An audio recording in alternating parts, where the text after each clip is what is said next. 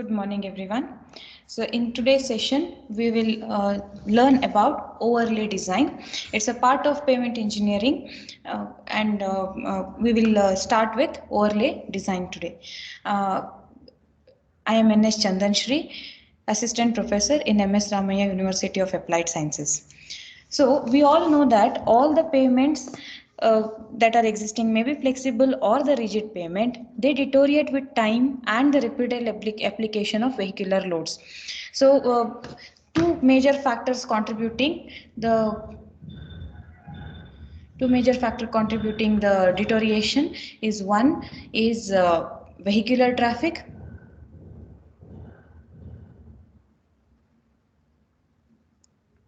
That is repeated application of load.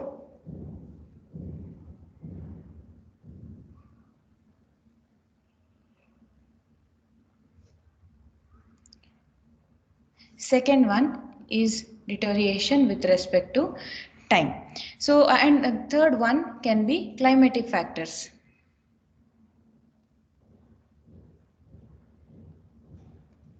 So, this rate of deterioration depends on the initial condition of traffic, then the traffic loading conditions, what is the frequency or the intensity of loading, and it also depends on environmental factors, and so many other factors are there, maybe the moisture, the compact rate of compaction, all of those things. Therefore, it is necessary to evaluate both the functional and structural performance of the payment. So, when we have to do two types of evaluation, that is, you will do functional evaluation. Next one is structural evaluation. So this functional evaluation is a measure of functional performance, and structural evaluation is the measure of structural performance. So this need for the maintenance and the rehabilitation can be assessed based on these two evaluation processes. So what we do in functional evaluation is, so in the functional evaluation, we will find out the ability of the payment to provide comfortable, safe, and economical riding surface.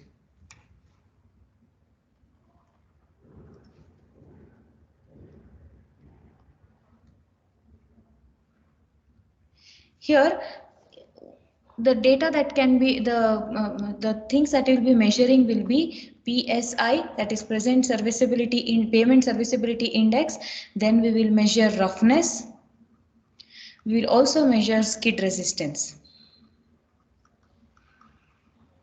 So here if you see, functional requirement, functional performance is the requirement of a rider. So in the rider's point of view, the ride along that stretch of road should be comfortable, it should be safe, and it should be economical for riding. So this roughness, PSI is payment serviceability index, which will tell us the quality of the payment which is being evaluated. Then the roughness will give us the total idea about the total undulations present on the surface of the road. More the undulations or more the corrugations, the less the functionality of the payment. That means the more the roughness, less economical the road is. Next is skid resistance. There should be certain adequate skid resistance for a road. If the skid resistance is more than the permissible limit, then what happens is the vehicles will have to overcome extra additional frictional resistance to move at a higher speed. If the skid resistance is less than the recommended value, then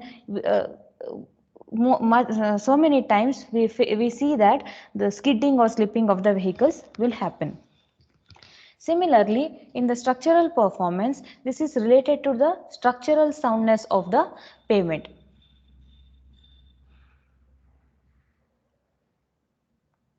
It is related to the structural soundness of the pavement. It is also related to the load carrying ability.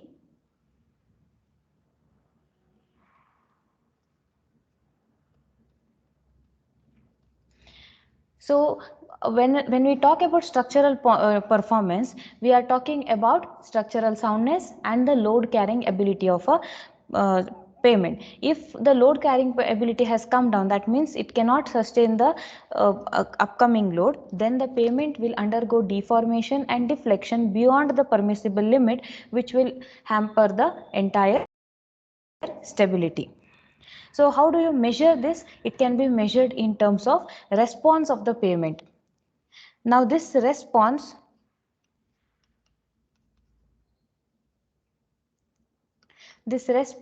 can be a deflection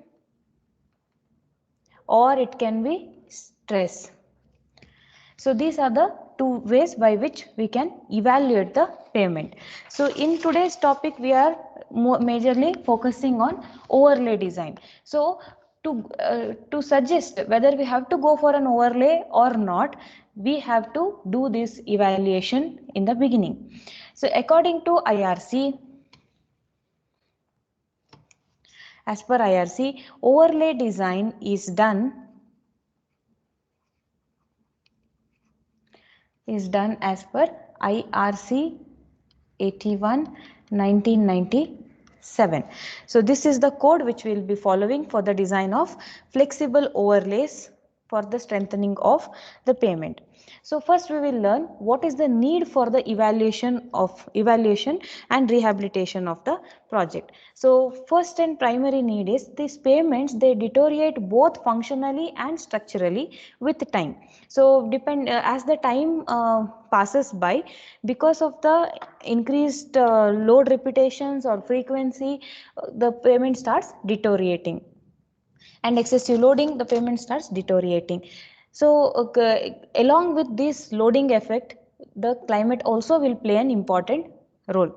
Then it is necessary to evaluate the condition of the existing payment in terms of its functional or structural conditions periodically. So both these kinds of evaluation has to be done periodically. That means as a part of routine maintenance, maybe for at every 1 year or 2 years or 3 years, at the scheduled time, the overlay has to be evaluation has to be done.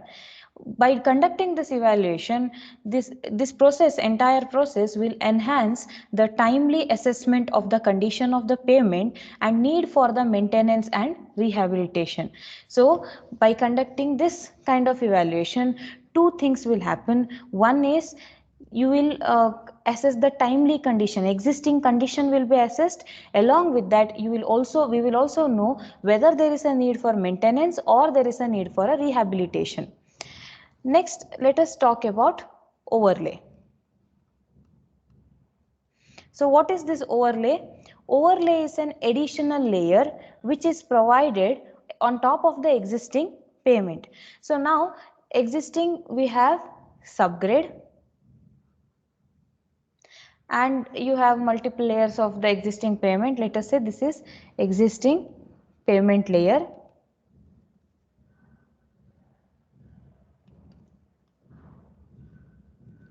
Next, on top of this, we are talking about laying an overlay. Now what is the need for this overlay? So functionally, the existing payment might have undergone deterioration. So to enhance the functional performance here, functional deterioration means there may be too much of roughness on the surface, or the skid resistance has become very low. So because of which too much of accidents are happening. So that is with respect to functionality. Next, with respect to structural aspects, the existing layer here is not strong enough, or the strength of the existing layer is not enough to take the load of the upcoming traffic. In that case, what they do, they provide an additional layer. Now in this session we will decide how to decide the thickness of this overlay. There can be the thickness of the overlay can vary depending on the purpose for which it is laid, and also for the traffic load which it has to serve. So in short, this overlay is an additional layer which is provided on top of an existing payment. So this provides extra reinforcement by providing the extra support. So this is the purpose of overlay. Now we will study about IRC method of overlay design. So when I say IRC, it is IRC 87 1997. So the IRC 87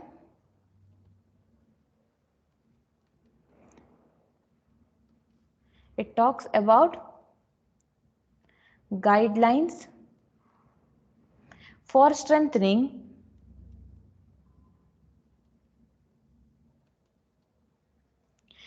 of flexible payment of flexible road payment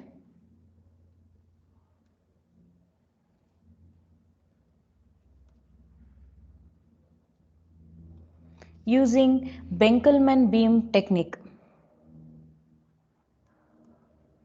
Using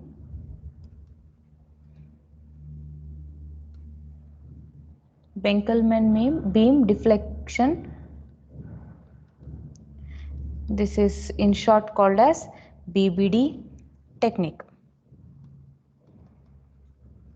So this is the name of the code. So this is the code which we will be following to design the decide upon the overlay thickness. The first code for the overlay design was given in 1981 and the first revision is this one 1997. So these guidelines are majorly based on the research findings. So there was a sponsored research by Government of India which was conducted by MORT&H, Ministry of Road Transport and Highways, under the research scheme R6. The title of the research work was Development of Methods such as BBD method for evaluation of structural capacity of existing payments and also for strengthening of weak payments. So this was the sponsored research which gave rise to this code which is called as the which is used for the design of overlay. Now we will understand the scope and the principle of this particular code. IRC 81 1987 sorry 1997.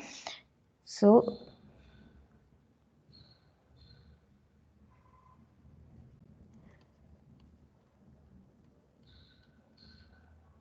scope and principle of this particular code. For evaluation of strengthening requirements of existing flexible payments using BBD technique, this particular code is designed for using that particular technique. So here in the entire code, strengthening is recommended depending on the deflections obtained by Benkelman beam deflectometer. Payment performance is closely related to elastic deformation or elastic deflection of the payments under wheel load. So when I say elastic deformation,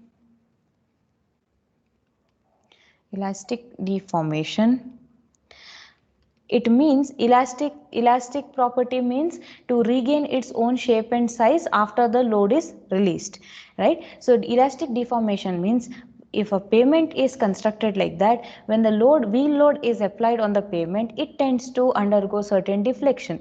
The deflection here may not be visible to the naked eye, but definitely there is some deflection. As the load moves away, as the wheel moves away from the point, the deflection is reduced and the payment will regain its own shape.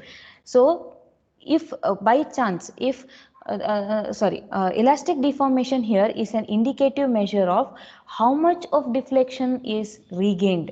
So if this regain or the rebound deflection, this is also called as rebound deflection, and if this is higher, that means from this level, if the payment can regain back the shape till here, then it is assumed to be a very good type of payment. Now this elastic deflection, it under standard loading conditions. Now when I say standard loading conditions, we will discuss about what is the standard load for the payments. For a standard loading conditions, what happens is there are certain factors which will affect the elastic deformation value. So those factors being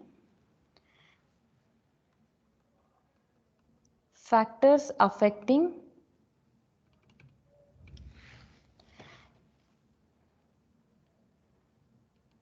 elastic deformation.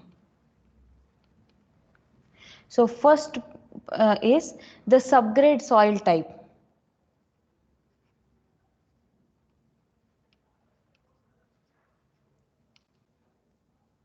Second one is the moisture condition.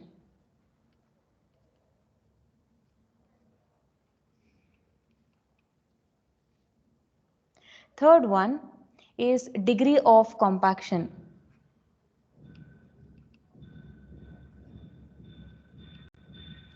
Fourth one is thickness of pavement layers.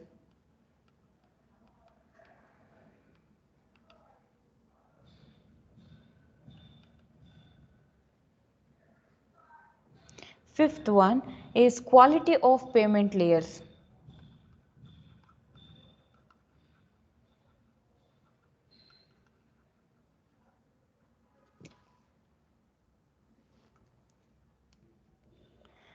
Next is drainage conditions.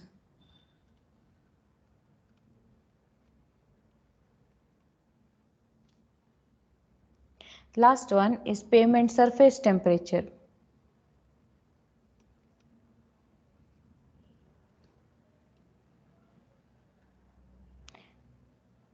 There are many more other parameters, but these are some of the predominant things. So if the soil type, if you have a granular soil, then the interlocking is very good, and also the elastic recovery is very good.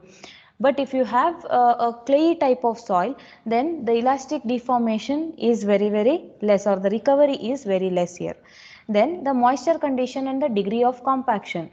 If the subgrade moisture condition if the moisture in the subgrade is more than the required value or less than the required value, or the compaction is more than the maximum compaction level or less than that, then what happens? The pavement starts losing its stability. So once the deformation is formed, that becomes the permanent deformation. The recovery is very less. And thickness of the pavement, thicker the pavement, more the stability, thinner the pavement, less the stability. Next is quality of the pavement layers. So it is not only the thickness of the pavement layers, it is also the quality of the materials that is being used in different pavement layers. So grade of bitumen or grade of aggregates becomes an important phenomenon here when deciding upon the quality of the pavement layers. Next comes the drainage condition. So in the drainage conditions, what happens here is, if proper drainage is allowed, so we have already discussed, we already know that in the drainage conditions, around 90 to 95% of the water will of the 95% of the runoff will be removed out of the pavement surface with the help of camber and the cross slopes. But remaining 5 to 10% of the water which enters the system has to be drained out properly. If the water entering into the pavement system is not drained out properly, then that will affect the elastic recovery rate, because that makes the pavement unstable. Same thing with the pavement surface temperature. Pavement surface temperatures are very important, because as the surface temperature increases, the bitumen on the surface tends to soften, and this will lead to the lesser stability, or this will lead to the degradation of the stability of the pavement surface. Now, when we have to study about, when we talk about elastic recovery or the elastic deformation, now we will study about the test on which this code is based on, that is Benkelman beam deflectometer.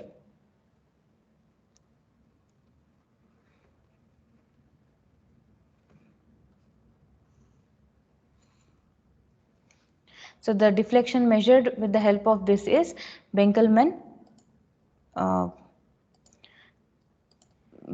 beam deflection, which is in short called as BBD.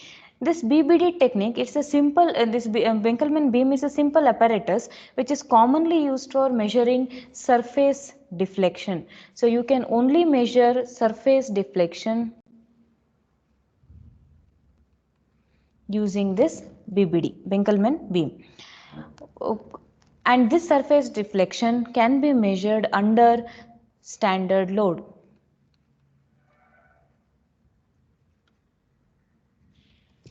Okay, so now I'll try to draw one image.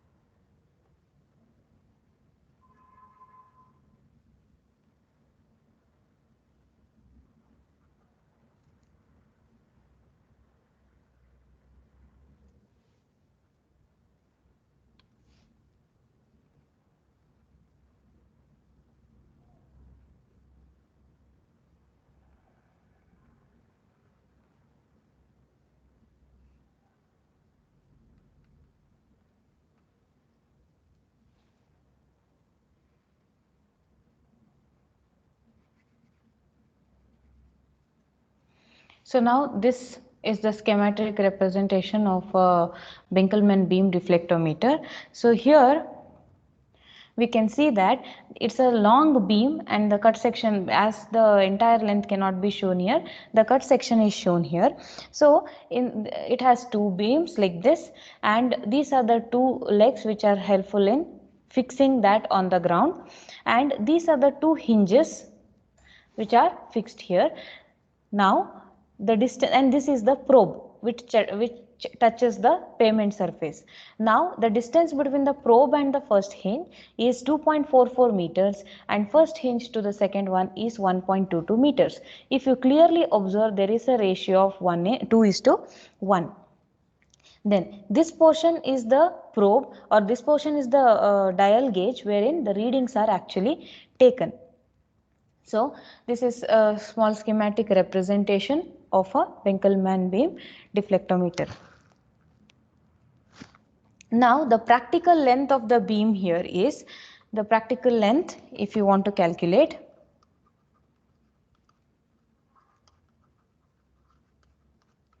(2.44 plus 1.22, this will give us 3.66 meter length. So this beam is hinged at point 1. This point is point 1. The beam is hinged here at point 1 and the measurement is done here at this point.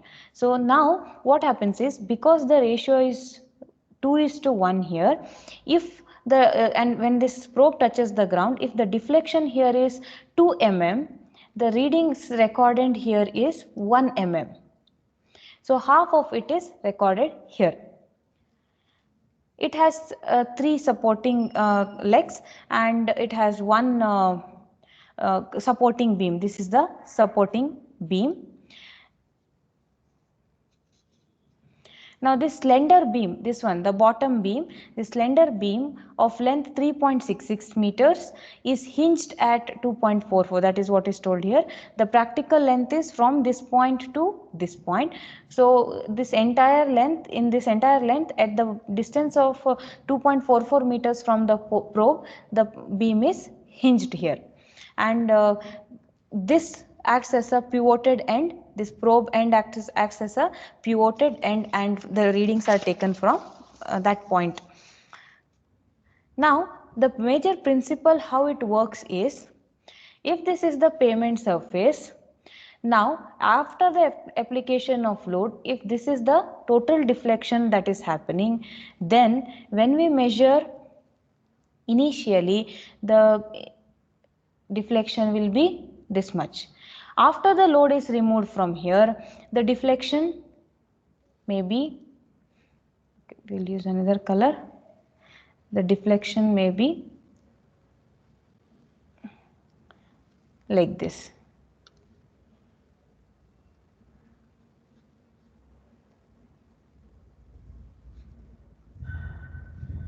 Now this difference x is equal to this difference x.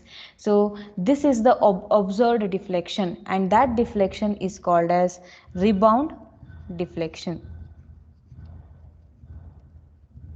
How much a pavement can rebound after the application of the load? The type of load that is applied here is, first one, it is the static load or it is the creep load. Next, this BBD, it's an apparatus used for measuring the surface deflection of the pavement when under the standard load. Now, what is that standard load? Under the load of a standard truck. So, there is a maximum deflection when the load is applied and the maximum rebound deflection when the load is removed from a particular point. So, the maximum surface deflection is measured using two methods. So, first one,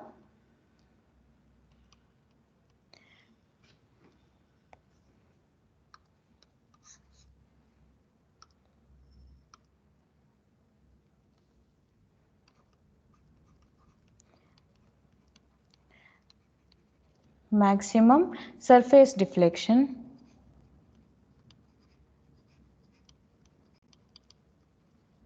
is measured using Benkelman beam in two different ways.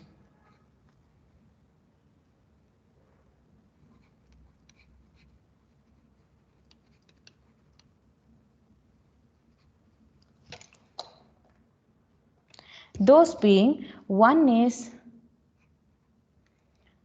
Washoe method, WASHO method. The other one is CGRA method.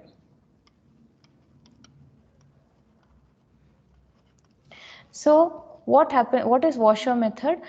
Washoe is Western American state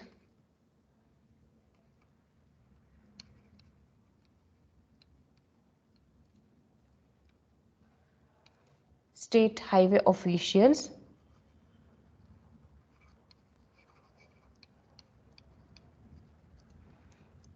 this is the full form of Washoe. Here the deflection is noted down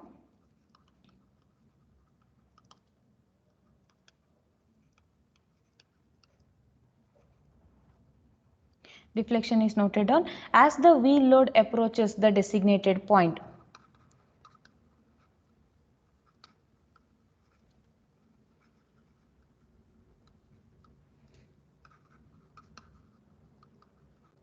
but in case of CGRA method, CGRA is Canadian Good Road Association.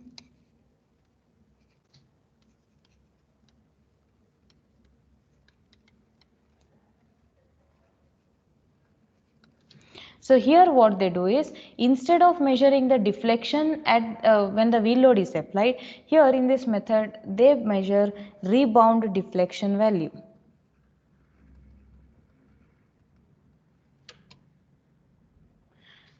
So this is what is done in CGRA method. Now which one should we follow? So as per IRC 81,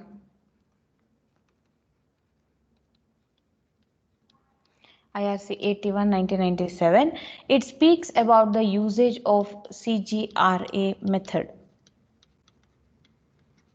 So we use the value of rebound deflection. So now we will learn this method in detail. So now we will take certain numbers.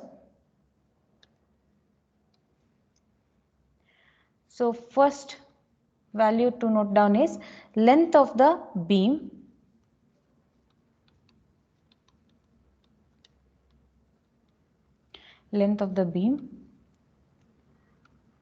from hinge to probe.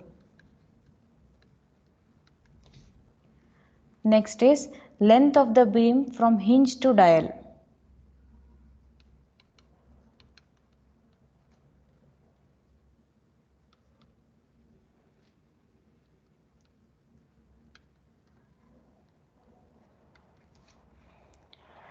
Next is distance from hinge to front legs.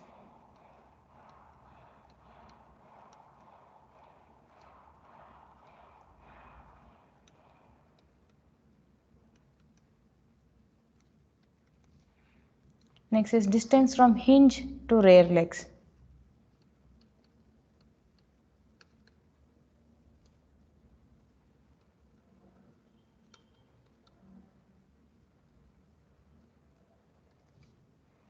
Next is lateral spacing for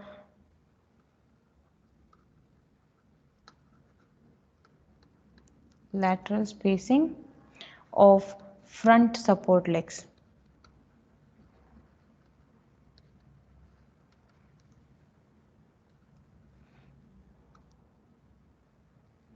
So the length of the beam from hinge to probe is 2.44 meters. It is already shown in the diagram here. 2.44 meters. Next, length of the beam from hinge to dial is 1.22 meters.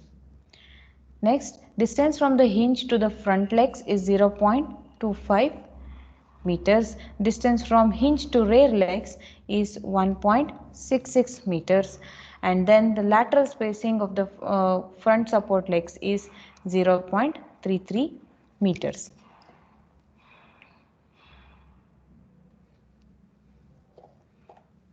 These are the values. Next, apart from this, a 5-ton truck is recommended.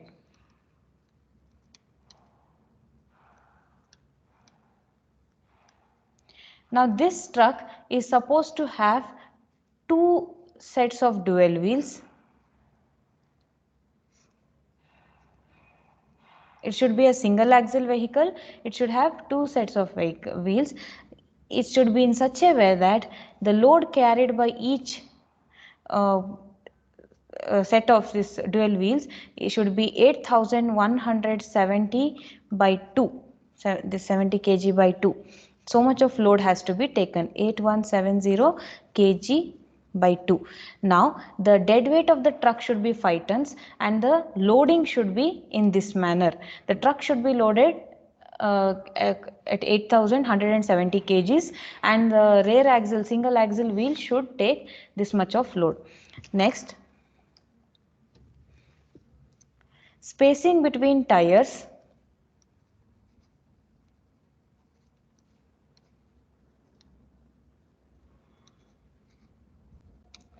Spacing between tires should be 30 mm to 40 mm. Next is tire pressure. This is very, very important.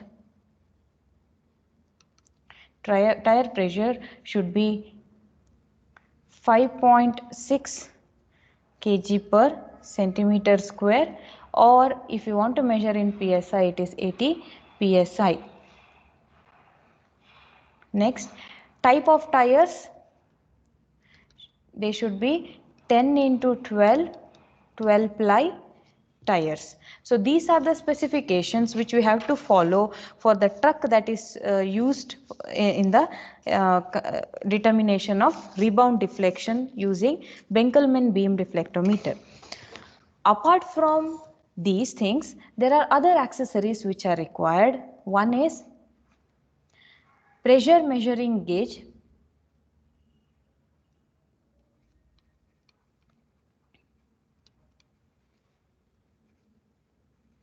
So pressure measuring gauge is required. Then we also would require a thermometer.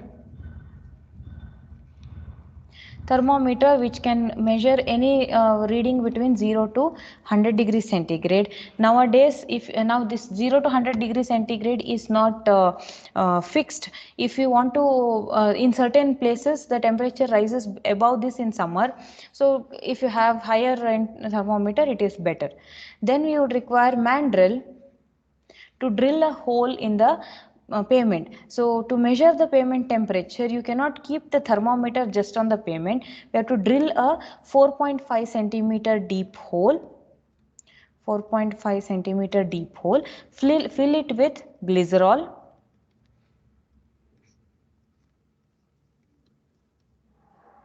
Glycerol is used to equalize the temperature. Generally what happens when you fill it with any liquid, as the pavement is hot here, only the liquid present here in the edges will get heated up, and when you dip the thermometer, it will show us the less reading. So instead, if you use glycerol, the temperature is evenly distributed and we can know the pavement temperature. Now, after understanding different kinds of accessories and different kinds of specifications for the BBD, we will learn the procedure now.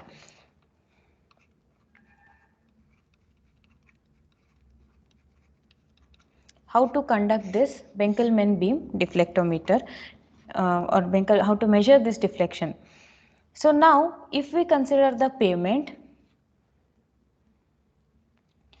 there will be shoulders and there will be pavement edge.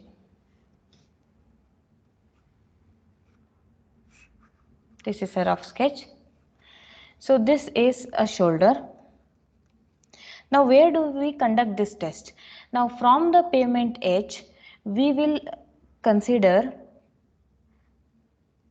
we'll have to place this wheel assembly like this. So here we are only considering the rear wheel. Now Benkelman beam is placed at this point, in between these two tires, where the spacing as discussed above, the spacing between the tires is, it should be at least 30 to 40 mm. So now from the edge till this point, let us say the distance is x. So x can be 0.9 meters if it is 2 lane. X should be 1.5 meters if it is divided roads. 4 lane divided, 6 lane divided, 2 lane divided, or anything like that. Divided roads if it is present, this distance at which this probe should be fixed is 1.5 meters. Now same thing, if X should be 0.6 meters if it is a single lane road. So these are the conditions we have to fix. So these points has to be marked on the road where the Benkelman beam would be placed. Then after that, make the vehicle stand at that position and insert the probe here. Generally, these readings are taken on the outer edge. After locating that, once the instrument is fixed, the beam is brought in contact with the probe here is brought in contact with the pavement surface, and the dial gauges, everything is fixed. So now what happens is, now there are three things which we have to consider, three readings which we will be taking. One, the deflection reading when the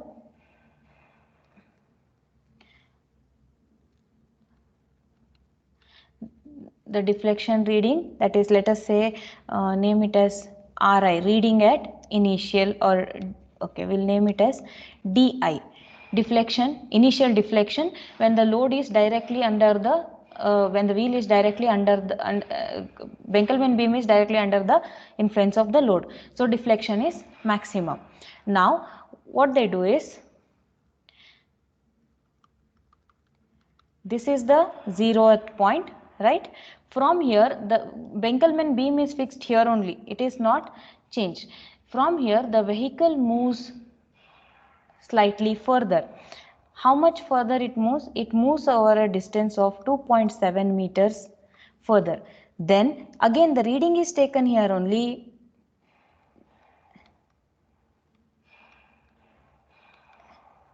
That is intermediate reading. This was initial reading, this is intermediate reading. After this, last reading is taken. Same thing, this deflection is here only, your Benkelman beam is also placed here, but the wheel has moved 9 meters from the origin point. Okay, not from, see, one thing we have to keep in mind, 9 meters not from this point, 9 meters from the origin point. Then again we will get the reading, that is final reading. So this has to be done, and while we do this, the tire pressure of this vehicle has to be checked at every 2 to 3 hours time interval. Tire pressure plays a very important role. It helps in determining the area of contact, which will, that area of contact is the one of the factor which will tell us about the load transferability. And the pavement temperature is measured at least once in 1 hour by inserting the thermometer in the hole made. Next, how do you compute this? Now we have taken three readings. One, we have taken initial reading when the load was directly above, when the reading was taken at this point, 0th point, when the load was directly above it. Then at the 0th point only we took the reading when the vehicle moved 2.7 meters ahead. Then at the 0th point only we took the final reading when the vehicle moved 9 meters ahead. So these are the readings that we have taken. Now what we have to do is, D final minus D intermediate.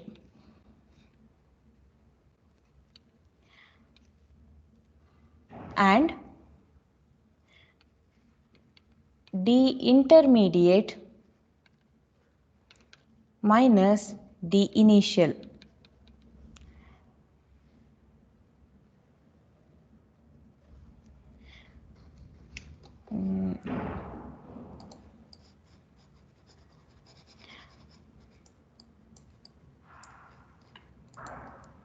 Sorry, this is D intermediate minus final, that is reading at intermediate minus reading at final point, then reading at initial minus reading at intermediate. Now this, if this value is less than, this value is less than 0.025 mm, then the actual difference is actual payment, rebound deflection,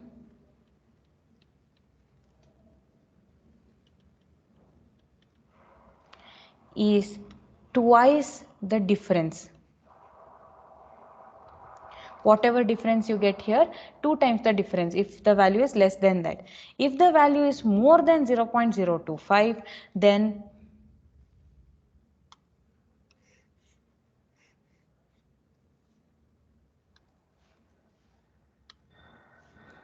if value is more than 0.025, then we use this equation, that is pavement rebound deflection is equal to 2 into final minus intermediate reading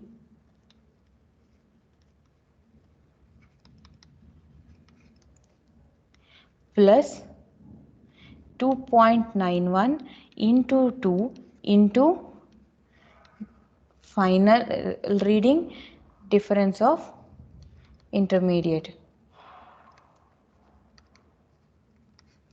So this is the formula which is used to determine the rebound deflection if the difference of these two values is greater than 0.025 mm.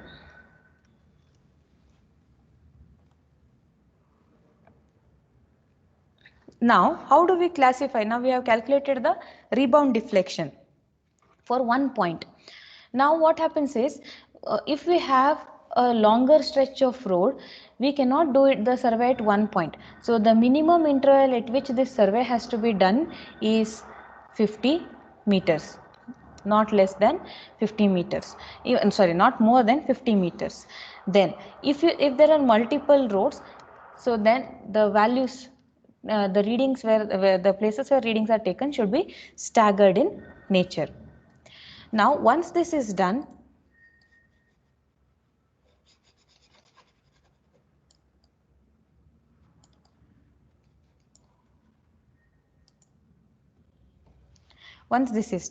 how do we classify? Classification and payment condition.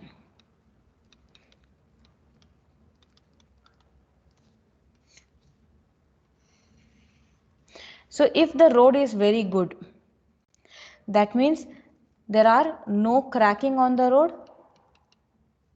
and no rutting, or rutting is present but less than 10 mm. Next, if the quality of the road is fair, then no cracking or cracking confined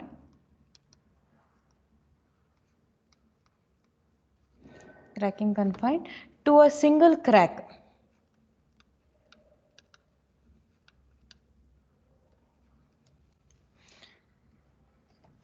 In the wheel track,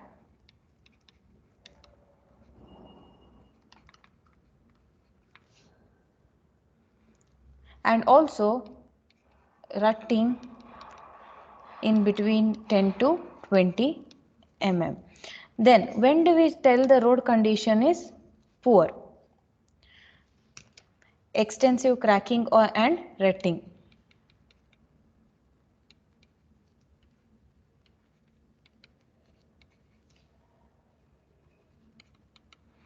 That is exceeding 20 mm.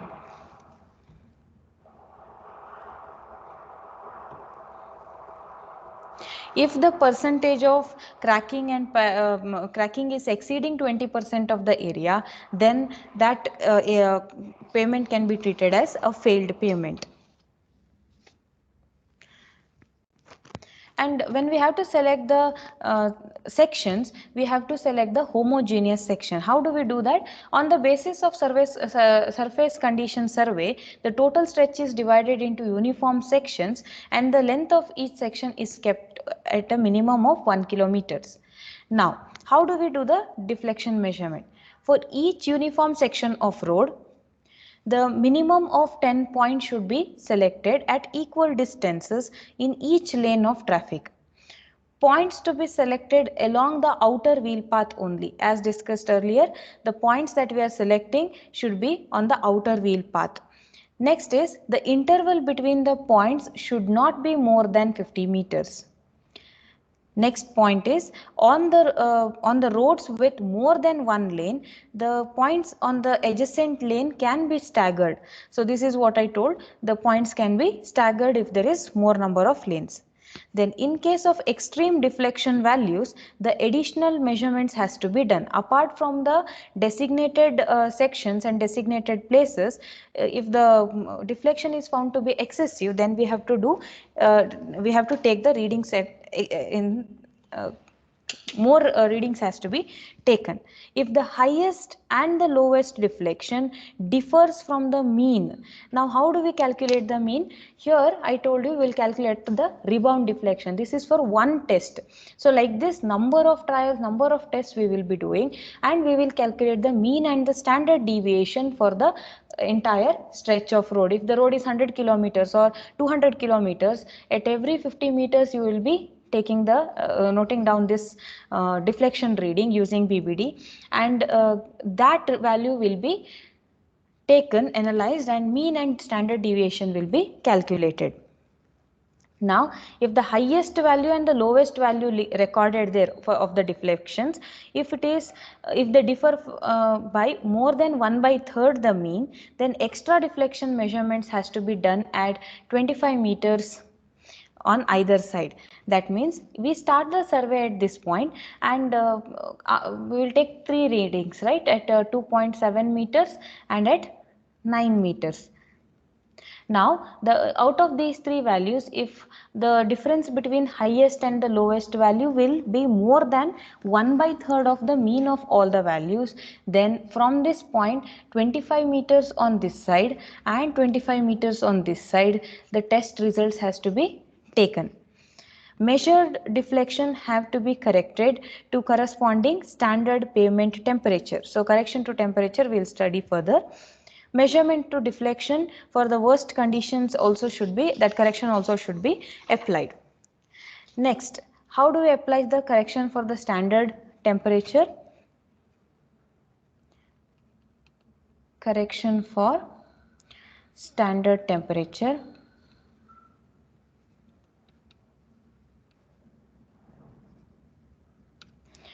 So standard temperature of 35 degrees centigrade. Now it is said that 0.01 mm correction should be applied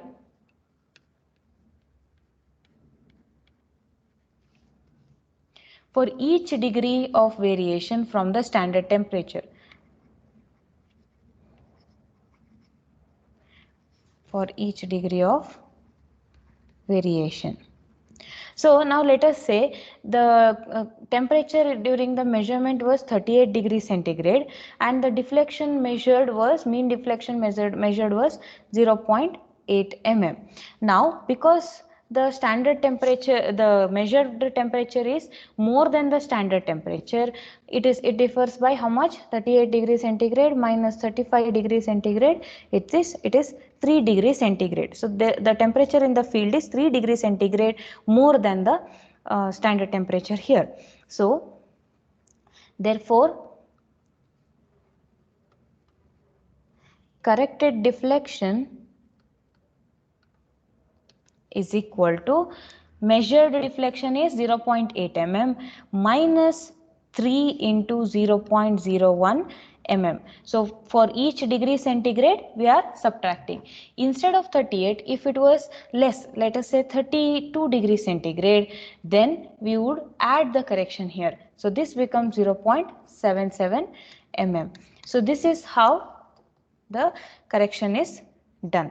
Next correction is for the seasonal variation. So weakest condition of the pavement exists only during the monsoon, that is soon after the monsoon. Soon after the monsoon, what would have happened? The temperature, the soil would have saturated to its full extent, making the soil subgrade weak. So deflection will vary with the variation in the subgrade strength, which will affect the moisture content in the soil and which will indirectly affect the strength of the subgrade soil. Now these are the corrections. Along with this, there are other corrections also, that is correction for seasonal variation. And in this correction for seasonal variation, we have to consider the category of soil, we have to consider the moisture content of the soil. So now the category of the soil, we have to classify the category whether it is a clayey soil with low plasticity, or it is a clayey soil with high plasticity, or is it a sandy or a gravel soil. So depending on the type of soil, we can apply the correction.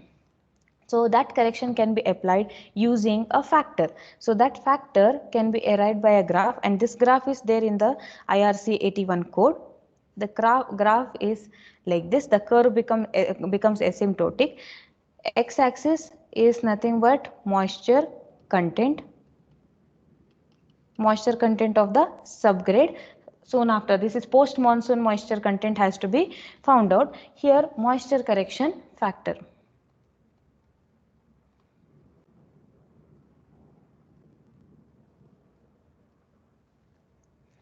So for a given soil, now soil can be for the given type of soil and annual rainfall. This is prepared for a given annual rainfall. So annual rainfall is divided into two types here. One, annual rainfall. One is less than 1300 mm.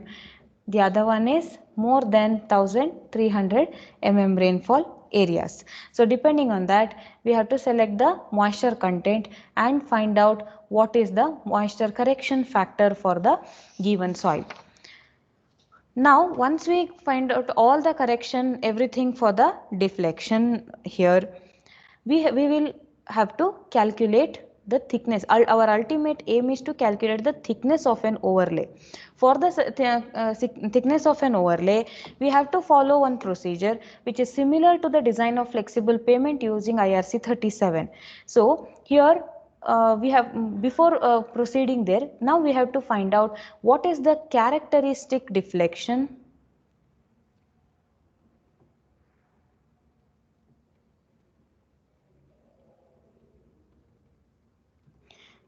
Now this is the average D value which we will be using. We will name it as D subscript C. So this is given by mean. Mean, let us consider it as X of all measured deflection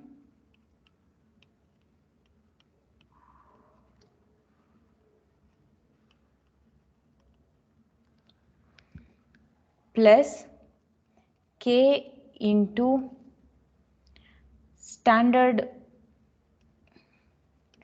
deviation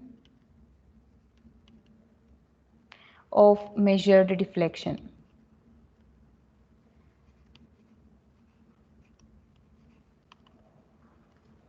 So for major, now this formula, same thing for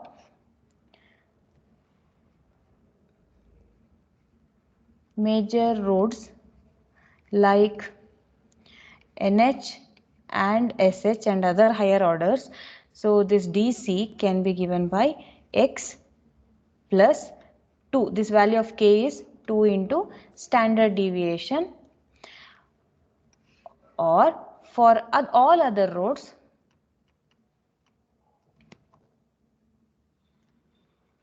what we do is DC is equal to X plus sigma. That means here K is equal to 2 in this case, K is equal to 1 in this case. Now once we get this characteristic deflection, what we can do is we will have to design the overlay thickness. For the designing of the overlay thickness, we have to find out the traffic. that is number of cumulative standard axle. This procedure is same as the calculation of cumulative standard axles in using IRC 37, that is 365 multiplied by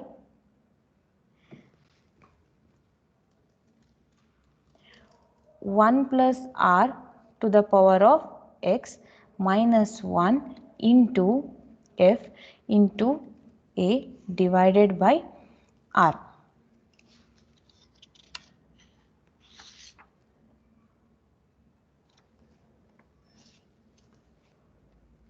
into lane distribution factor. So all the values, consideration of all these values are same as per IRC 37. A value can be calculated by p plus 1 plus r to the power of n plus 10. There we never used to consider 10. Here the 10 is considered because this is the life of the overlay that is assumed.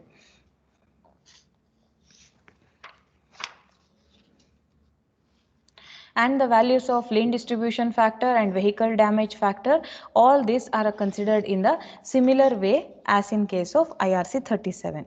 Once we arrive at the value of cumulative traffic, that is the design traffic, there is a graph in IRC 81.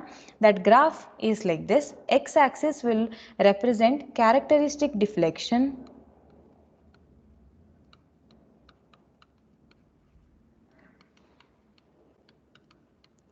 in mm, and y-axis will represent thickness in terms of bm.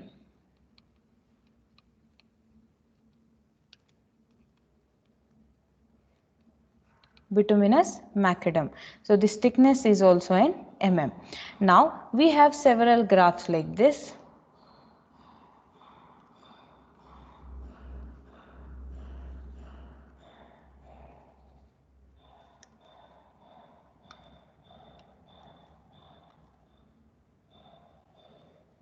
So this represents design traffic.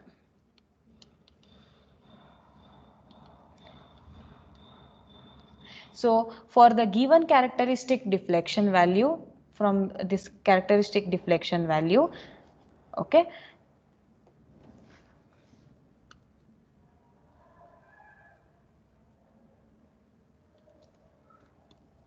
for any given characteristic deflection value, we have to refer the graph like this, and for the given curve here, so it can be 2 MSA, 5 MSA, 10 MSA, 15 MSA, like that.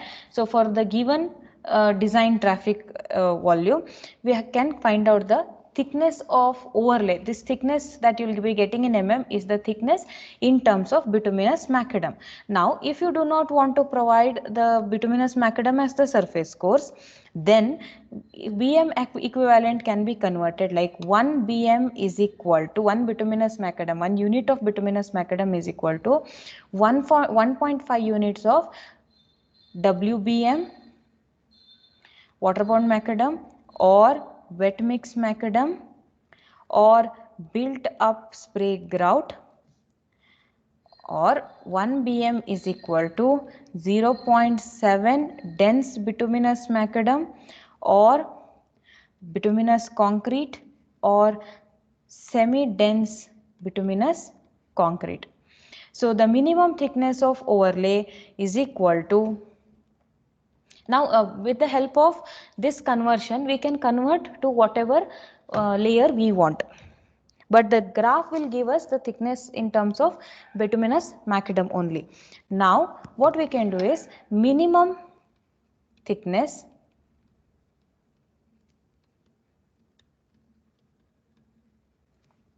of overlay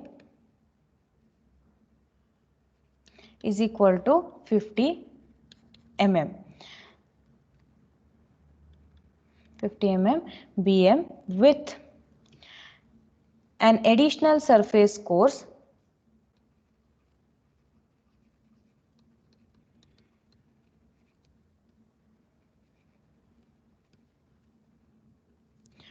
with an additional surface course of 50 mm dBm, dense bituminous macadam, or 40 mm bituminous concrete. So this is how the design of overlay is done